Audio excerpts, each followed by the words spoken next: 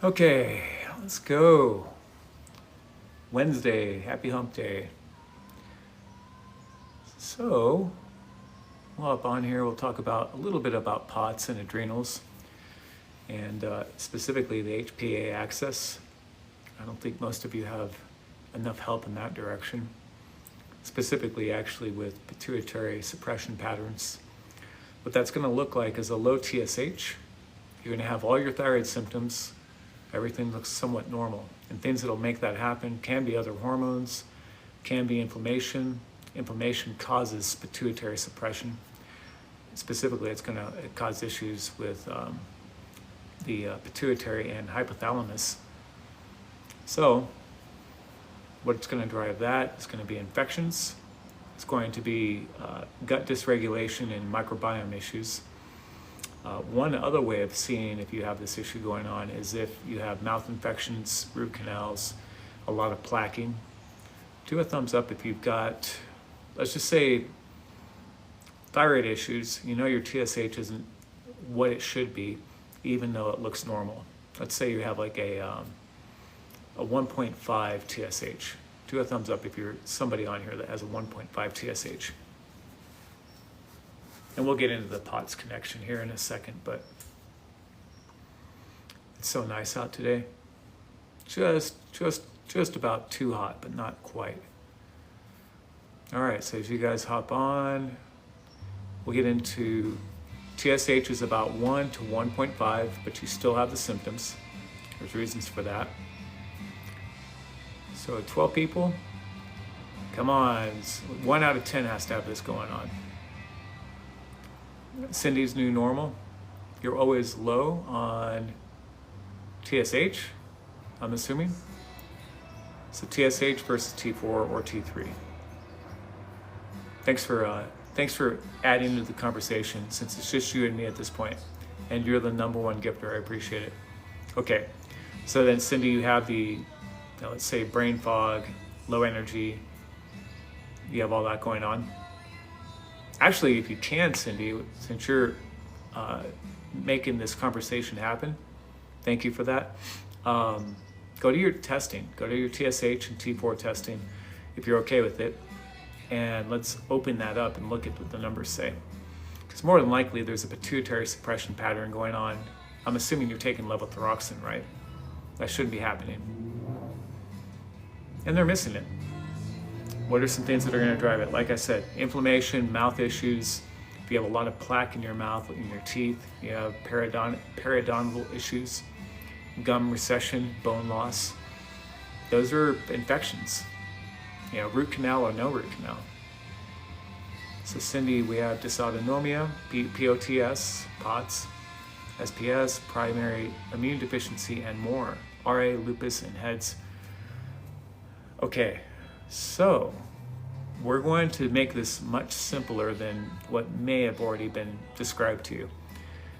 What was first? The issues with heads and dysautonomia, POTS?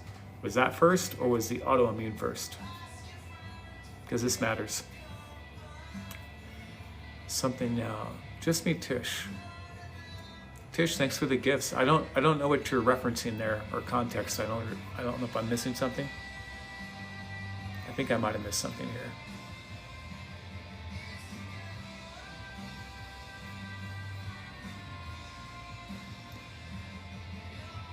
Yeah, so head started 8 months old. I don't see it, Tish. I don't see anything there. I don't know if it's getting filtered or what. Tracy says autoimmune was first. So going back to Cindy, believe it or not, you're going to have the autoimmune potentially starting as soon as a year or two old. The research that's coming out on this is pretty shocking, that a lot of children are actually dealing with autoimmune problems, and it's dismissed as ADHD or dismissed as behavioral issues or whatnot. Blood sugar issues is a big one, and they don't really look at it, and they most of the time don't really test for any autoimmune disease in kiddos, because kiddos can't really describe what they've got going on, other than they just are lethargic and slow to wake up. That kind of stuff that's typical with hypothyroidism. So believe it or not, there's an immune system issue that can be handed down straight from mother, and even mother's milk, so to speak. Not that that's a bad thing, but the problems that the mother's dealing with or the poisons that the mother has in their system can affect your immune system right then and there. Kind of makes sense. In a way, it's not shocking, but it's not addressed either. So for me, it's kind of like, well, do we have autoimmune in the family? If you have autoimmune disease in the family, I would say it doubles your risk, or maybe even triples it for other autoimmune. It doesn't have to be rheumatoid if they have rheumatoid, or if they have Hashimoto's. It doesn't have to be Hashimoto's or Graves'. It could be any number of autoimmune diseases and unique to you. Cindy, it runs in the family. So this is the beauty of it. If you know it runs in the family, then other places to look are going to be your microbiome and your gut, because that might give you a lot more information than even a blood test. I can tell you that over the years, I can run those antibody tests. I can do rheumatoid and anti-CCP testing and C-reactive protein and lupus testing, MCTD testing, anti-dsDNA testing, whatever we're trying to find, Hashimoto's or Graves'. But sometimes the stool testing gives you a lot more information about opportunistic bacteria or organisms, parasites, funguses, small intestine bacterial overgrowth or fungal overgrowth. And that really is the crux of the issue. As an example, so once you start understanding that your gut is probably the core concern, it actually allows the rest of the body to do what it needs to. And again, that inflammation will actually inhibit your parathyroid, your pituitary and your hypothalamus. So inflammation of the gut, the mouth, cardiovascular system, whatever it is, will also inhibit brain function.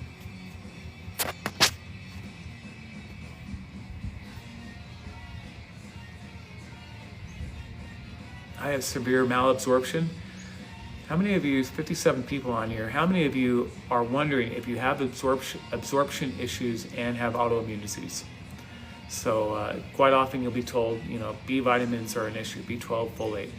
Or sometimes you have problems with your body attacking intrinsic factor.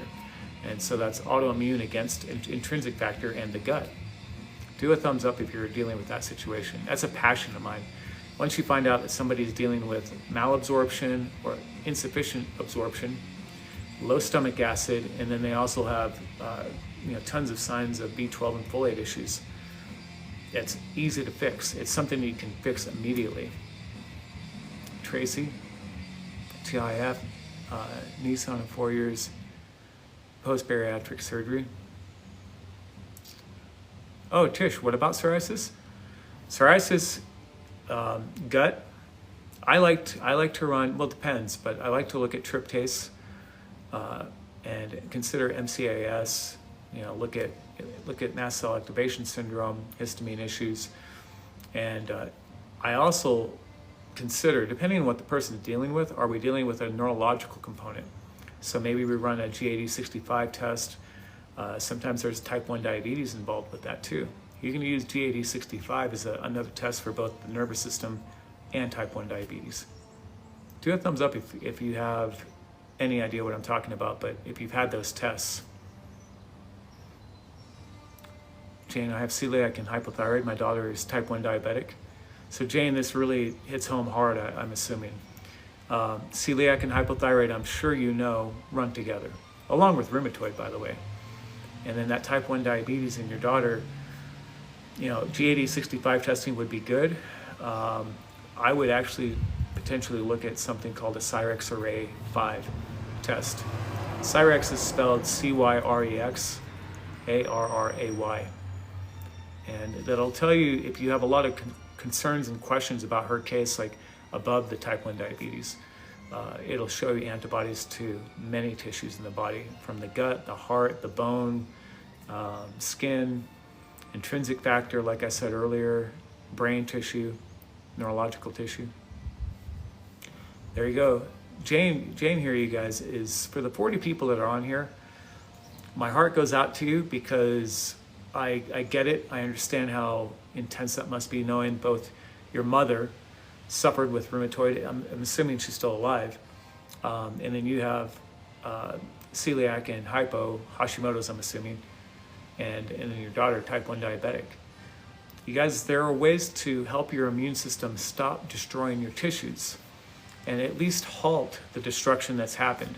I'm not saying that, like these tissues are going to regenerate necessarily. What I am saying is if things are bad enough, let's stop that process. Let's improve the inflammation levels, improve the immune system response and function.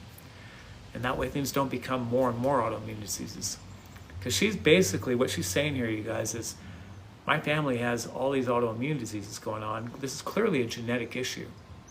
But what's pushing those genetics in the wrong direction? What's pushing on those buttons to make each generation show up with more and more disease? And it's epigenetics. And what that means is the environment that you're in, and this includes not only what you eat and what you clean with and what kind of,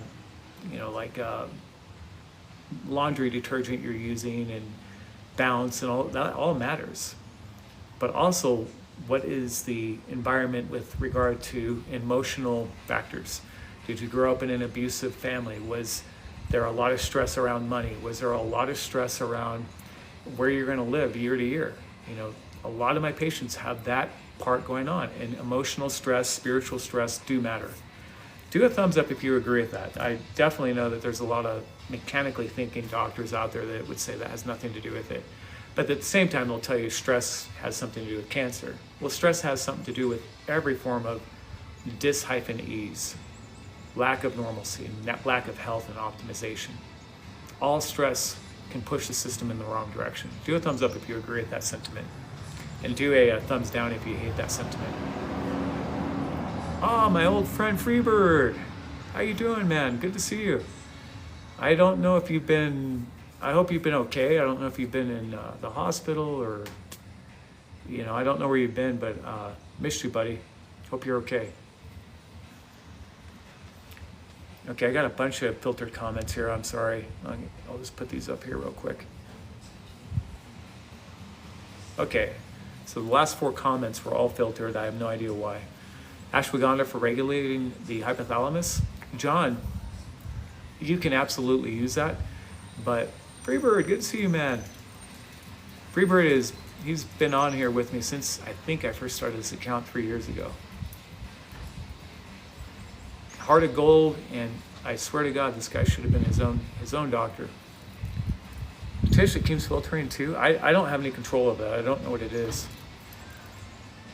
But anyway, you can absolutely use it. I would say there's another way of handling this. John, take one guess what it is. It's not something you buy.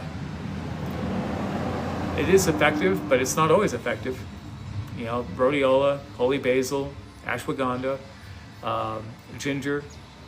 All these can be supportive of the adrenals and blood sugar balancing.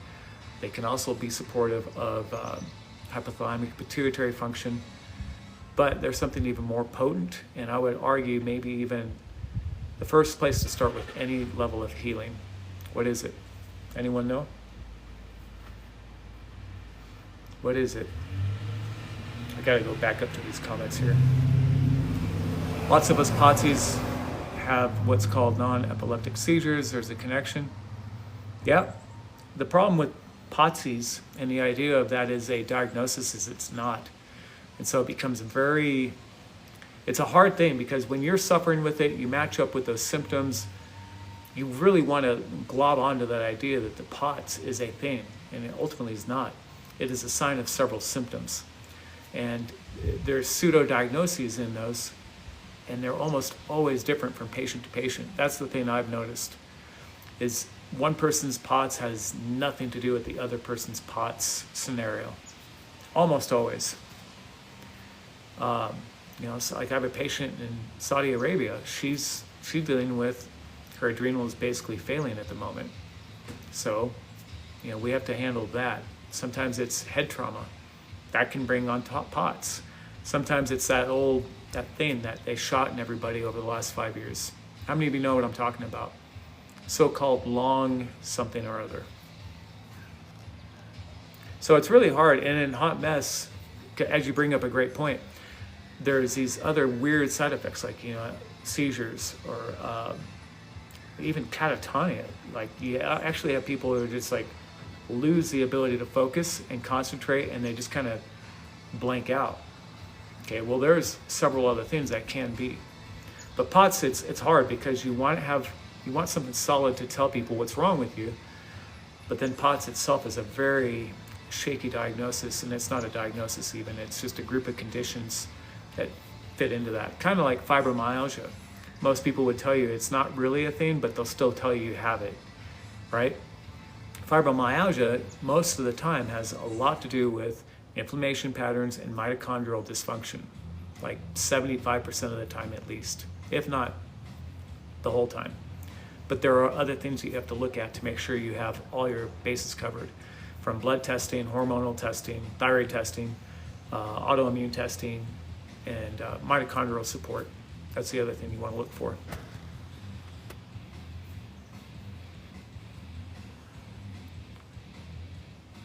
Inflammation is a really beautiful way to begin the process of starting to heal.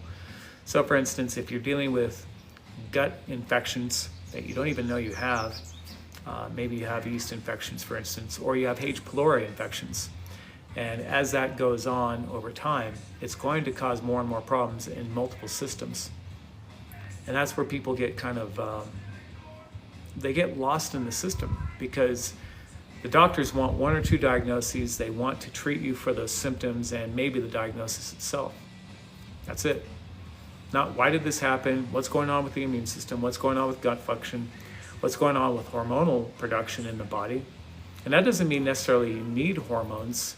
Like progesterone can drop because of blood sugar issues. It can drop because of hypothyroidism. Hypothyroidism absolutely has an effect on how much progesterone your body is able to utilize. Do a thumbs up if you did not know that. Your hypothyroid condition absolutely will affect your progesterone production and your cell's ability to take it in. I'm in Colorado. All my patients are on telehealth, you guys. You need an appointment, make an appointment in the bio. But do a thumbs up if you did not know that thyroid hormone production is intimately tied to the ability of progesterone to be utilized. Kind of crazy, isn't it? And then the worst thing is, if you're not in that age group that's needing progesterone, like you're menopausal or perimenopausal, and then someone just throws you on that, that can be problematic. And then we start seeing issues with estrogen and progesterone, and then you start seeing heavier periods, you start seeing changes in iron production. I have this really cool little juvenile squirrel that has no fear, and I've never seen this before. Even I don't know where my golden retriever is. She's such a food whore. Anytime she hears any people, she disappears. I get sidetracked, and she tries to bum food off of them every time. Anyway, there's this cool little squirrel that's running around here. That was my squirrel moment. Grace, my periods have been the worst lately. So yeah, progesterone is a consideration there. Grace, I didn't see if you're hypothyroid or not. They make you so tired. So what's your iron look like and your ferritin? Saluma, I love bioidentical hormones if you need them. I think that there is a massive, I don't know what the word is. If anyone knows what I'm talking about, fill it in. But I would say there's been a massive block, at minimum, to keep women away from those hormones, because I truly think it would disrupt a lot of different industries. Take a guess, which industries do you think, if women for the last 30 years, or 20, 25 years, if they had access to bioidentical hormones, not synthetics, what industries do you think would be disrupted because of their access to that healthcare? What do you guys think? Well, it's still a big pharma technically. The bioidenticals aren't really, but kind of. So, but specifically within that, Linda, what industries? And I mean that with condition specific. When your hormones go low, how do you feel? You feel like shit. When your hormones are low, you lose passion, you lose libido, there's an oomph for life that there's a zest that goes into the wind. So if that's happening, what does that mean your mentality, your brain is doing? And then what do they end up putting you on as a result of that? They put you on 100%, they put you on antidepressants. And those are major selling drugs for women. Do a heart emoji if you empathize with what I just said. The industry was laden with bullshit material and terrible research called the Women's Health Initiative. This is going back to 2000. The Women's Health Initiative, the data was interpreted wrong. They told women they're going to get sick and cancer and all this stuff. And then the researchers themselves revamped their own research and came back and said, oops, we were wrong. It actually showed that estrogen was actually helpful for cancer, not causing it to make it worse. I kid you not. This is all available to you. And your doctors right now won't tell you about it because they're playing defensive medicine. They're worried about their licenses. They're worried about whether or not that fits within the standard of care. Your doctors will not tell you much about anything in healthcare because they're more worried about losing their license than anything else. And I don't know that that's right or wrong, but I will tell you 100% of the time, they're thinking about what they can say without fear of the government taking their license. Do a thumbs up emoji if you understand what I'm saying. Because there are brilliant people out there, and they mean well. But they will not tell you the actuality and the facts about what's going on in healthcare. Here's another example, just a few years ago. I don't know if you guys know this or not, but your blood pressure could be 140 over 90. Okay? Blood pressure could be 140 over 90 as long as there's no history of heart attacks, strokes, nothing like that. You just come up with a slightly elevated blood pressure. Okay, 140 over 90. Forever, that's been acceptable. Now they would say it's borderline high, but as long as there's no other signs of disease or symptoms or like a former heart attack or stroke, it was considered borderline high, but still within normal. And then they dropped it. When was that? 3 years ago? 5 years ago? I don't even remember. And they dropped it. You have to be at 120 over 70. Okay? Now, what they just did is they increased their market share by at least 30 million people, if not, I would say pushing 50 million, to put them on medication. Now, how do you guys see that? Please share your thoughts. You know, there's people on here, I'm sure, that are absolutely pro, give me all the meds you can give me to make me healthy. Fine. But do a thumb emoji if you agree that that just opened the market share. One of the biggest selling medications next to what? Depression meds, thyroid meds, cholesterol medication. This is not an accident. You go back to 1950, you'll see easily that before the advent of statins, you know, because that didn't happen until the 70s, blood pressure easily, you'd be 140, 160 even. Yeah, they pay attention, but they're not really looking to put you on meds at that point, back then. Cholesterol medications, the same thing. You could have a 250 total cholesterol before 1970, 1975, whenever that happened with the statins. No problem. And if you did have a problem, let's just say your cholesterols were going high, guess what the first thing they would put you on would be? The entire system is designed to not only, in my opinion, it's designed to just continuously make money. The market share is there. They want to draw money. They'll change the numbers, make them tighter so they can put you on more medication over time. Cholesterol and blood pressure medications at the minimum. Hey, dysfunctional family, good to see you. So if you're finding yourself being put on more and more meds, at what point do you say, you know, this doesn't seem like a solution. It seems like a circle jerk of me just taking more and more meds from these guys, and I have to go to a new specialist. That's the circle jerk, right? Oh, I got to go to my diabetes doc. I got to go to my endo probably. Now I got to go to my GP for, you know, depression meds. Now I got to go to the nephrologist. Now I got to go to a cardiovascular doc by the time you're 60, 65. You know, wake up and smell the slime. And I'm not saying those people are the slime. I'm just saying they're just mechanics in that system. They're mechanics in their specialty, right? but they're certainly not asking you what you are doing to take care of yourself and how you eat. In fact, most of them will tell you that has little to nothing to do with why you're sick. What they will tell you is, well, it's a good thing we have these medications so that we can give you these and keep you out of the emergency room. Okay, fair enough. You know, some of those things are true. But they will never ask you, would you like to reverse this disease process? Would you actually like to get out of this hole so you're not on these medications your whole life? If you have a doctor that's done that, do a heart emoji. I'd love to see it. Do a heart emoji if you have a doctor who's a mainstream medicine doctor, an MD of some kind, cardiovascular, endocrinologist, whatever. Have a doctor who's a mainstream medicine doctor, an MD of some kind, cardiovascular, endocrinologist, whatever.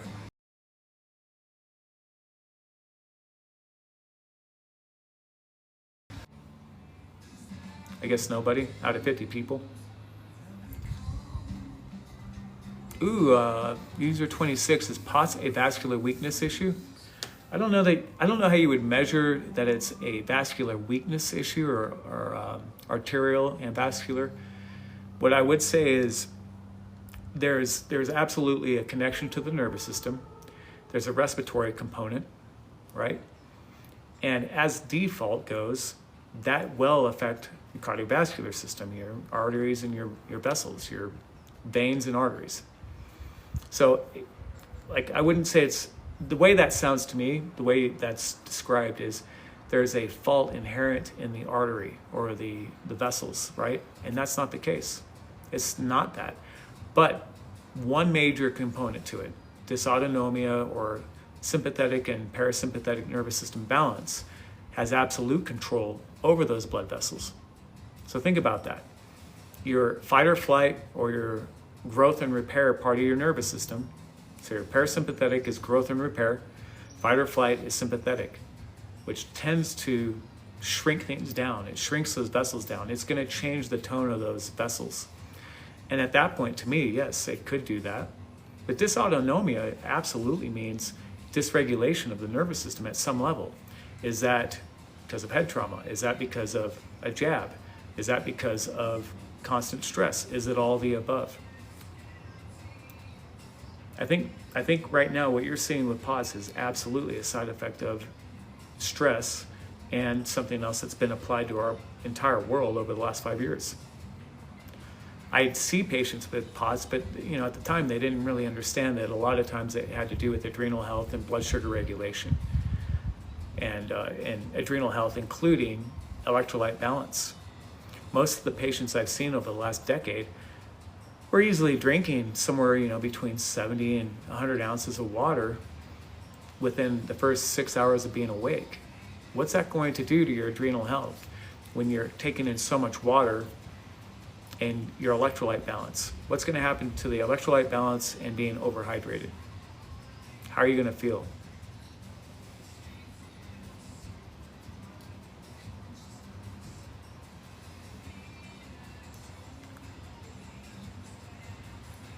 Deauville, would you recommend taking levothyroxine for subclinical hypothyroidism or go homeopathic route?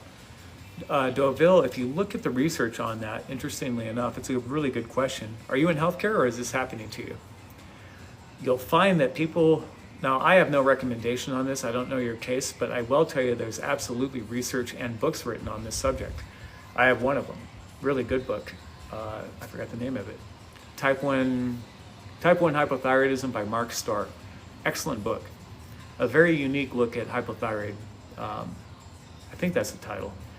Anyway, the research would show that a lot of patients that are hypothyroid, truly hypothyroid, they're subclinical, so they're not quite diagnosable and able to get the meds, but the ones that were treated with T4 and T3 hormone, Evan, hey man, where are you at, Evan? That's my stepson. I thought he was on an airplane or something. Maybe I think he's in Virginia. I think he said Virginia, I forgot already. West Virginia? Anyway. So if they were preemptively treated in a subclinical state, guess what happened for Deauville or Deauville? And I'm not sure how to say that. But guess what happened if they were treated? And that's not Hashimoto's. I'm talking just straight out hypothyroid. Guess what would happen? Virginia, Norfolk. Whew, I almost forgot. guess what would happen? So Deauville or Deauville, if they were treated preemptively, guess what would happen in the outcomes? Not Hashimoto's, but straight up hypothyroid. Pretty cool research. Pretty eye-opening.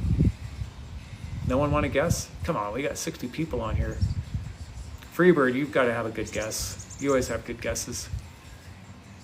What do you think, Freebird? What happened if the subclinical hypothyroid patients, their TSH isn't quite high enough, but they have all the symptoms? T4 and T3 look fine, but otherwise they don't quite fit the role. Guess what would happen? They improved. So I asked that question earlier about high cholesterol. Guess what they would use to treat high cholesterol before the advent of statins? Guess what they would use, you guys? Pretty crazy. It's not a diagnosis, salty bitch. That's a great name. I love saying that online. It's a group of symptoms. It's a group of findings, okay? And then it's lumped together, postural, orthostatic, tachycardia syndrome. It's a group of findings.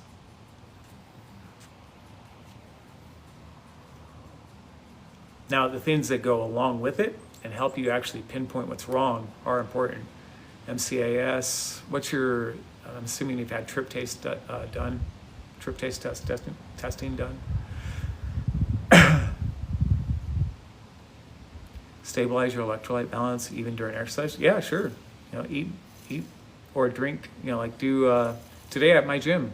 To the credit of the gym owners, Levi and Cam, they have installed a high filtration unit for water. Wow.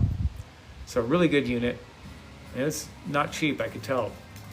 And then the ice produces mineralized ice. So you have clean water, and then you have, if you want, mineralized ice. I drink electrolytes my entire workout. So stabilization is a misnomer potentially, because you're exercising and the body requires all those minerals in order to do this performance, right? So it's stabilizing. You're not really stabilizing. You're just there to make sure you have enough before and after or during. I drink electrolytes during my workouts, and it definitely helps. Definitely helps with my energy and my, I personally would say it helps with my, what's the word? Not strength, but I guess my ability to keep the workout going as long as I want. So my stamina.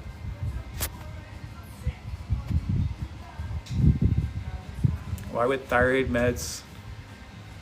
Well, funsies, I would say, are you over-medicated? I mean, to me, dysautonomia, Hashimoto's, hypo, are you over-medicated? What do those numbers look like? Are you having a reaction to what's in that med? I don't know if you're on Nature Thyroid or Armor. Are you on Levo, Synthroid, Cytomel, liothyronine? Because everything has different components in it, different additives and binders.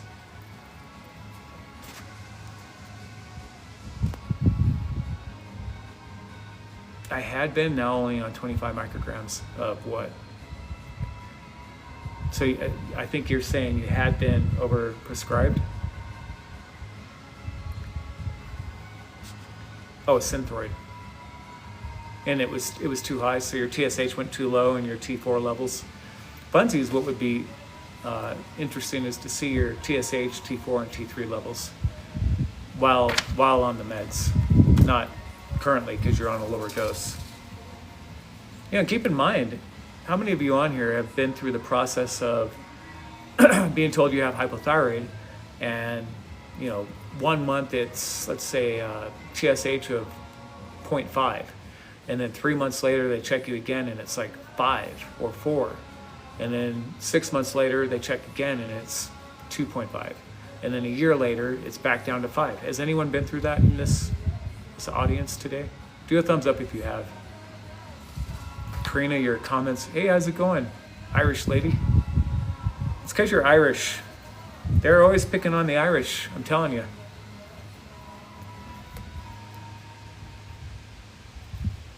Funsies, you've been through that, I think is what you're saying. Thumbs up. Plain Jane. That's Hashimoto's, you guys. The inconsistency is there because you have an attack going on against the thyroid, destroying that tissue, then it heals, then it destroys it, and so you have an influx of thyroid hormone and then it drops down, and you have an influx and it drops down. Boy, it's nice out. Really nice breeze. Grace, I have had my thyroid test multiple times, and the test always comes out as normal. So Grace has a great point here. By the way, thanks Grace for the gifts. The point is normalcy for you is going to be different than the next person, number one. And two, the normalcy that they're telling you you have is based on sick people on medications in the first place. Think of it this way, you guys. People that go in to get tested are already not feeling well. You don't have the people who are, wow, this wind's picking up. They're never checking people that are saying, I'm kicking ass, I've got the perfect weight, I have the ability to go all day, go home, have sex with my spouse at night. They're not checking them. They're checking the people that are barely getting by and are scared. And on top of that, probably already on some kind of medication. And don't forget, your medications, antidepressants, antiarrhythmics, blood pressure medications, diabetes medications, all of these will have an influence on thyroid hormone production. So now you've got that whole thing, and then they tell you, oh yeah, this is where normal is. Bullshit. According to what? I don't know about you, but I want to know what normalcy is with healthy people, and then check me against that. So it's kind of a myth to say that you're getting checked against normalcy in the first place. Normalcy is sickness in the medical industry, you guys. That's normalcy. And that should piss you off, because everything's based on a bare minimum standard. Keep you out of the hospital, keep you out of the emergency room, there's no argument there. But what about proliferation and growth and repair, thriving? What about that for a human being? That's not the model. They don't want people thriving. They want people just getting by while they take your medications, or while you take the medications. Exactly. And Shirley girl, you can't get off the sofa, right? Because you're stuck on 5, 10 medications. 70-year-olds are expected to be on as many as 10 medications as the new normal here. That's insane. It's disgusting. It's definitely not any level of healthcare. It's all disease care and pharmaceutical-driven profits.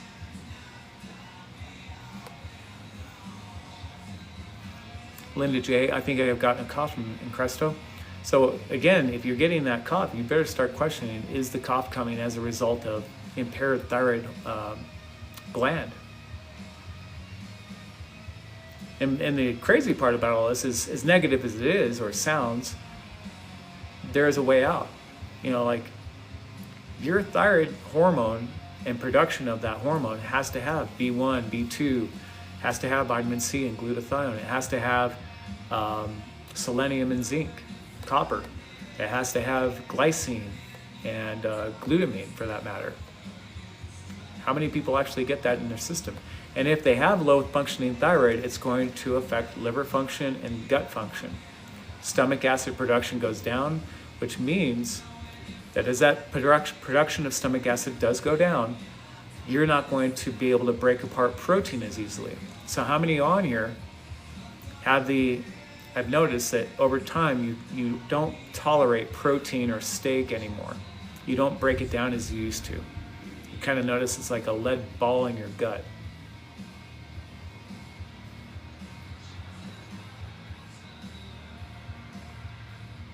No one? Do a thumbs up if you've noticed that. So you eat protein first thing in the morning, the last thing you want to eat is protein. You'll eat protein toward the later part of the day, right? You should be eating protein and a little bit of fat right out the gate. That's going to stabilize your blood sugar and your adrenals right out the gate, not to mention your blood sugars. Oh, nice, Grace. I'm the opposite. Protein makes me feel good, while others food makes me feel sick. That's a great position to be in, Grace. And if you have that ability, then hopefully the stomach acid isn't an issue, and like potential H. pylori infections aren't an issue, although they tend to be there with hypothyroid issues. Linda, I can't find the thumb. You know what, Linda, you're not alone there. I don't know what it is. I don't know what phone you have. My iPhone, it's actually, I have to be typing, I guess, but my iPhone is pretty easy. You just see a little smiley face in the bottom. Any advice on asthma or COPD? Yeah, get your ass out in the sun. First thing in the morning. What time do you get up? Marie Bachiski? What time do you wake up? In the morning. And when do you actually get out in the sun? What time of day? Freebird, I used the finger earlier. I have to be careful. I don't think I saw that, Freebird. That's weird. There must be a lot of filtered comments.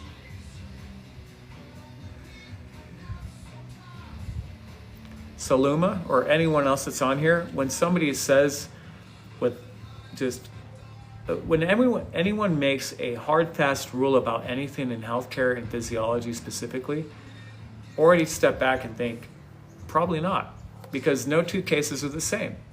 So when people come up with Lyme's disease and patients can't have protein, they don't digest it, according to what? What research? I can tell you for a fact, when I have people come across with these little pearls that they get from practitioners, if you have Lyme's, you can't have protein. It just doesn't allow you to digest it. You have alpha-gal or syndrome, whatever. Guess what? Most of the time, it's just a hard, fast rule that they made up in their head, and they've applied it to everybody, which is not a good idea. You have to take each case by case, day to day, month to month, and you work on what you can. So don't glob onto things like that. In my opinion, you can do whatever you want, but if you glob onto hard, fast rules in healthcare, you could be missing something. There's no such thing, because every person's different. Remember that. You are not the same as the last Lyme's patient that doctor saw, whoever said that to you. Grace, I feel like I need a lot of protein. My wife, if she does not get enough protein, she's pretty spacey. I'm the same way. I just get low blood sugar and weak, and I get headaches. If I don't get my protein in, I eat about 150 to 200 grams of protein per day, or 1.5 pounds to 2 pounds of meat per day. And that's primarily what I eat. I might eat some green beans tonight with my meat. That's about it.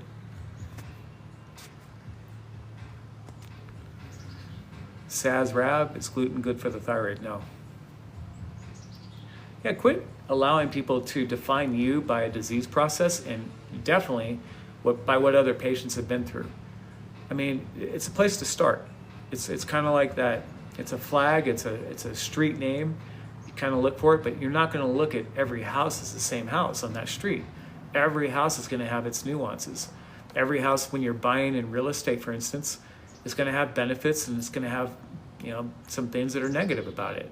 Like our basement, we had no idea we had basement issues in this house when we bought it. If we did, we wouldn't have bought it.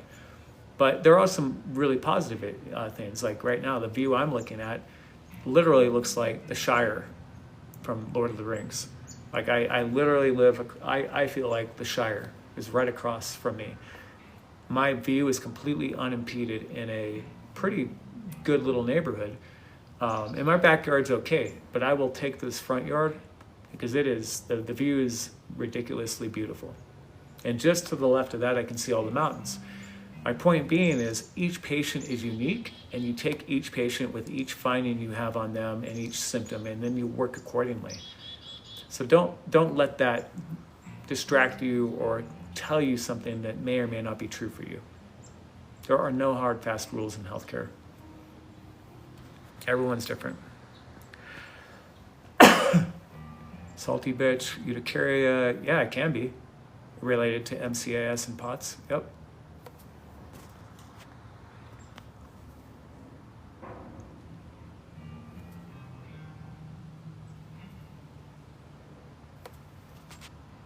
Shar, it could be the inability, it could be a congenital issue with the thyroid gland itself, and it just does not have the ability to make thyroid hormone. Other things would be pituitary suppression patterns, and really what that looks like is you have a normal or lower than 1.5 at TSH, and T4 and T3 look pretty decent. and something's missing. But that's also usually while medicated or taking something for your thyroid. So those are a couple of ideas, but pituitary suppression pattern or hypothalamic pituitary adrenal axis disruption. How many of you have ever heard of that? I'm sure you have, being on here. And not only that, but sex hormones. Keep in mind sex hormone binding globulin and its effect on your sex hormones. That's why it's called that. And then your effects on progesterone. Now keep in mind with progesterone, this is important. If you have a decrease in thyroid peroxidase because you have low progesterone, that's a whole nother mechanism most people don't even talk about. So let me say that again. You can have a decreased lower thyroid peroxidase activity, TPO activity, because progesterone deficiency is part of the problem. And part of that problem might be just blood sugar issues. Another one would be, again, going back to thyroid peroxidase, a decrease in your cofactors. So like I said earlier, B1, B2, selenium, zinc, copper, glycine, trimethylglycine or betaine, hydrochloride. All of these things can have a massive influence over that thyroid hormone production. And not to mention, your ability of your body to have enough iodine. And when iodine and thyroglobulin are combined, that's where you're making your thyroid hormone through an enzyme called 5-deiodinase. So you see there's all these little mechanisms that are part of the production line of making thyroid hormone. And a lot of times it's as simple as going back to malabsorption and low performance with regard to nutrition goals and advice or not even advice, but nutritional leadership. Your doctors, 30 people on here, how many of you have actually had a doctor say your nutrition sucks, here's how we're going to fix it? Do a thumbs up. I'm talking traditional doctors, not integrated and functional medicine people.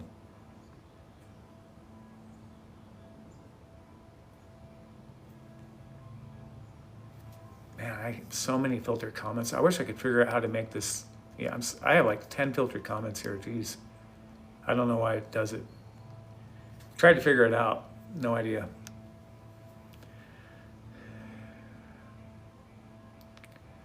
Yeah, so Grace said it right there. They rarely talk about my diet.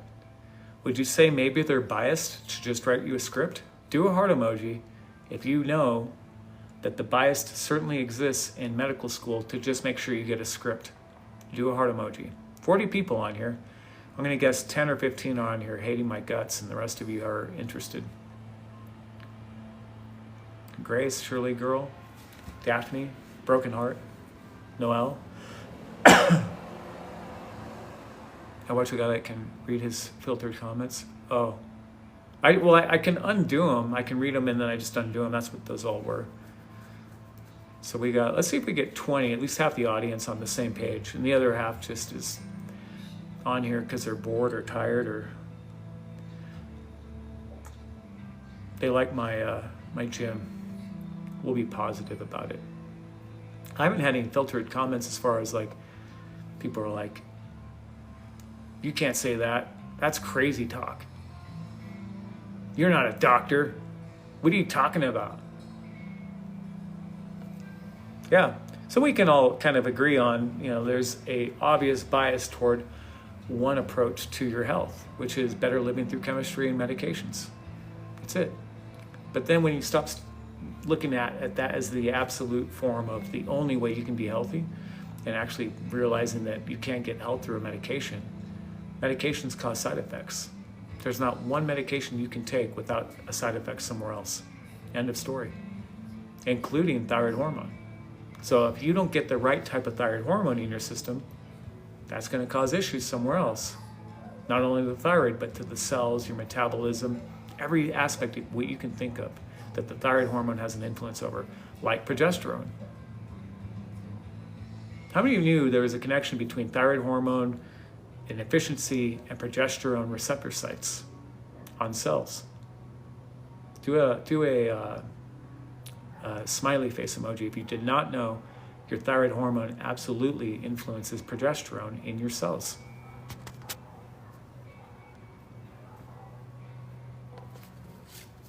Oops.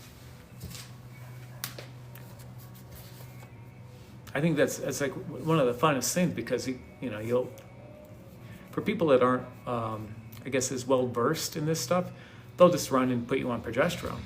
Well, that's not good either. If you don't need progesterone, your body's making it, you have to actually handle the thyroid component of what's going on. And above that is the autoimmune component. That's why this work isn't very easy to do. It's got a lot of moving parts. And that's why your doctors are content with throwing levothyroxine at you just to manipulate your TSH levels, because there are a ton of moving parts here. If thyroid hormone is literally a metabolism hormone for every cell of the body, turning on the engines for DNA production and protein, you can kind of like, no one has all the answers for sure, but you can see why they just stop there. Like, well, let's add more of that in there and cross our fingers and hope that you lose weight and feel better. And that's it. And it's estimated 1/3 of all thyroid patients may be diagnosed improperly, or that their thyroid meds don't work and they need something else altogether. But they never tell you about your diet. 40 people on here, how many of you have been told by your prescribing medical doctor that selenium, zinc, copper, B vitamins have anything to do with making sure your thyroid is optimal? Do a heart emoji if they have not done that for you. Just take your thyroid meds. Or even your natural healthcare practitioners. There's a lot of them that don't really have that information either.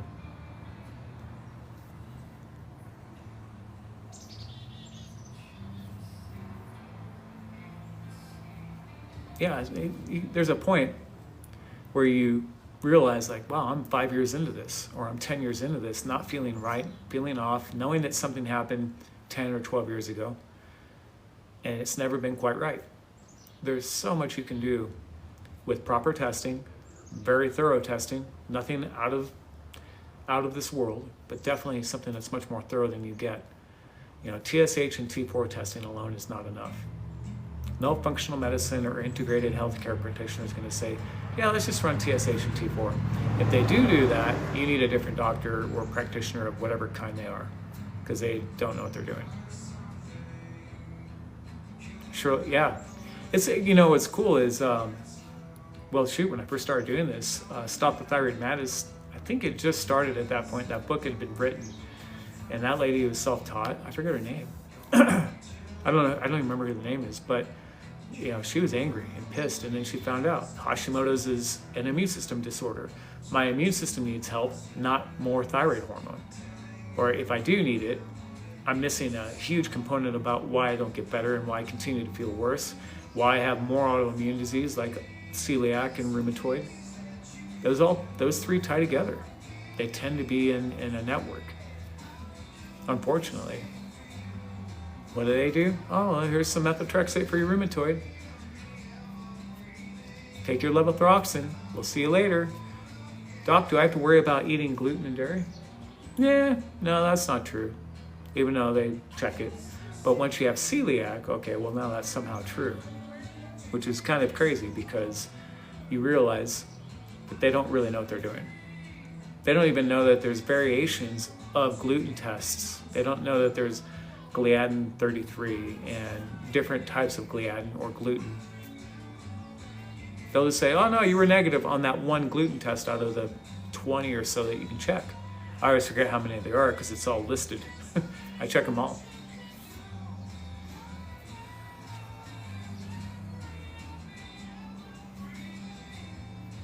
Gen X, Graves, they killed my thyroid with radiation on a roller coaster of Levo.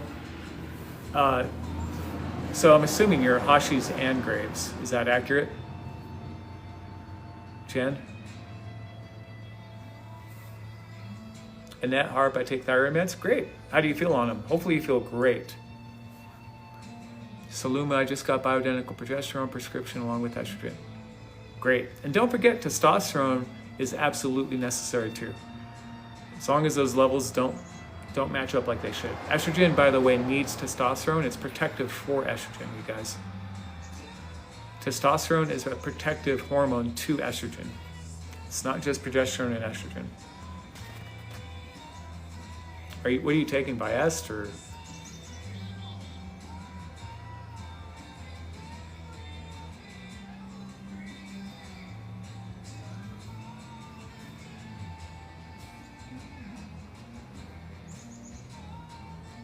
Freebird! Haven't seen that in a while. Freebird, I'm pretty sure you got me up to 12,000 here.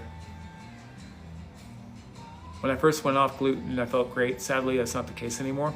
There's reasons for that. Remember, Grace, that there's a lot of foods that are reactive, cross-reactive to gluten. So chocolate, sesame, coffee, just to name a couple. So if you're still eating some of those foods, they can actually mimic gluten in your system and trigger that inflammation, basically, and that immune system response. Gen 6 autoimmune diseases, now most postmenopausal at 45. Are you on hormones, number one? Are you autoimmune to any hormones, progesterone, insulin? Do you know about any of that? There's a lot to unfold there. The most I've ever seen in one patient is 14, autoimmune. And she did exceedingly well through a functional medicine support that I did with her. And honestly, she did all the work. It's an interesting thing when you do this. You set up the processes of testing and what looks like we need to add to your system. B vitamins is a real simple thing, especially B1, B6, thiamine. But when you see these different patterns, we add those in and see how you respond. We try to facilitate detoxification and decrease inflammation. Why would we do that? Decrease inflammation and improvement in detoxification in the liver. Why would we do that, you guys? What's the goal there?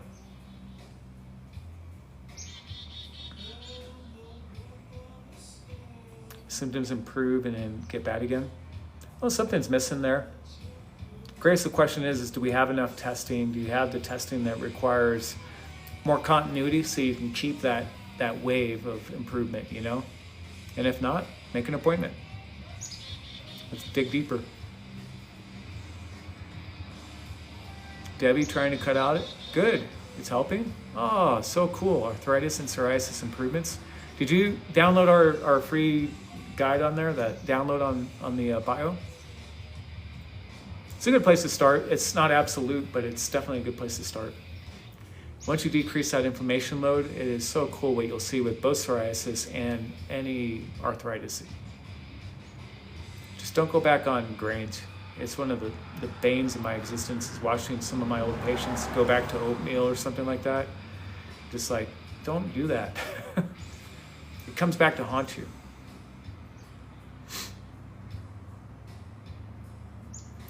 All right, you guys, I am gonna hop off for the afternoon. I might be back on tonight around 8, depending on if I'm bored or not. So have a great afternoon. If you need appointments, by the way, go to the bio. You can pick an appointment time and lock one in, or email.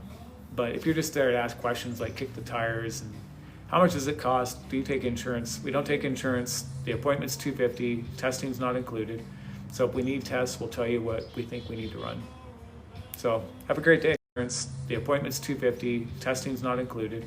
So if we need tests, we'll tell you what we think we need to run. So have a great day.